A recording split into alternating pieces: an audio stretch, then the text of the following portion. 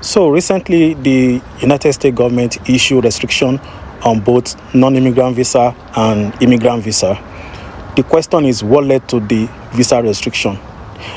Do you know that despite engagement with most of the countries identified in various proclamations in the past before this restriction was issued, these countries continue to exhibit woeful inadequacy in screening, vetting, and provision of information with the United States.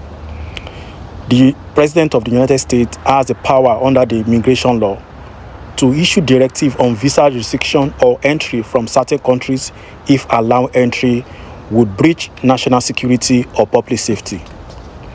Therefore, the Secretary of State, in coordination with the Attorney General, the Secretary of Homeland Security, and Director of National Intelligence, identified countries throughout the world for which screening and vetting information was so deficient to warrant full or partial suspension of the admission of nationals from these countries, since United States officials can't always confirm who is entering the country. Then, what happened next? They identify countries with weak vetting systems. They are asking those governments to fix their screening process. They temporarily restricted certain immigrant and non-immigrant visa, which we are experiencing right now. The purpose for this restriction is to curtail terrorism, threat to national security or public safety, transnational crime, including human trafficking and smuggling, exploitation of immigration laws for fraudulent or malicious processes. However, United States agencies found that some countries have serious problems, and the deficiency are what I'm going to state right now. There are absence of reliable birth registration system in hospitals, widespread corruption enabling the fraudulent issuance of civil documents, handwritten birth and marriage certificates that are not verifiable, inconsistent documentation of life events such as births, marriages, and parentage, inaccurate or inaccessible criminal history records, inability to provide reliable law enforcement data to United States authorities, systemic corruption across government institutions, use of U.S. visa by corrupt officials and organized criminal groups for illicit financial and asset movement, fraudulent academic credentials used to obtain student visa and scholarships, refusal by some governments to provide passport exemplar, limited territorial control by central government, high non-immigrant visa overstay, and citizen by investment program without residency requirements.